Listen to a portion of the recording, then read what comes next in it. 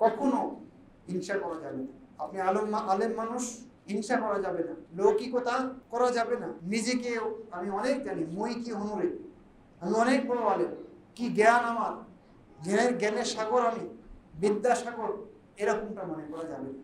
বরং নিজেকে সবসময় বিনয়ী হিসাবে দেখতে হবে, উপস্থাপন করতে হবে।